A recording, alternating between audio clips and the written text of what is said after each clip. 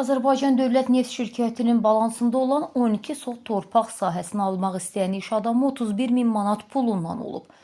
Bir xəbər media Qafqaz İnfo istinadən xəbər verir ki, bu dələduzluq əməli ilə bağlı 2 nəfər cinayət məsuliyyətinə cəlb edilib.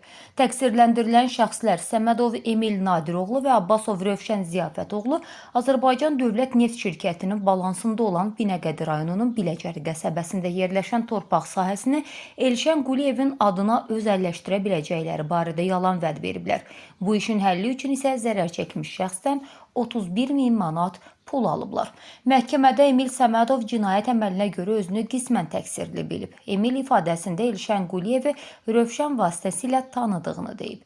Rövşən ona torpaq özəlləşdirmə ilə bağlı kömək lazım olduğunu bildirib, o da Sokarda yüksək vəzifədə işləyən tanışları vasitəsilə bu işi həll edə biləcəyini deyib. Emil zərər çəkmişdən aldığı 31 min manatdan 1000 manatını Rövşənə verdiyini, qalanını isə şəxsi ehtiyacı üçün xərclədiyini etiraf edib. Rövşən Abbasov isə bu cinayətdə özünü təqsirli bilməyib. Onun sözlərinə görə Emilin həqiqətən də yüksək vəzifədə işləyən tanışlarının olduğuna inanıb. Hətta Emil zərər çəkmişə onu sənədləşdirmək üçün Azərbaycan Dövlət Neft Şirkətinə çağıracaqlarını da deyib.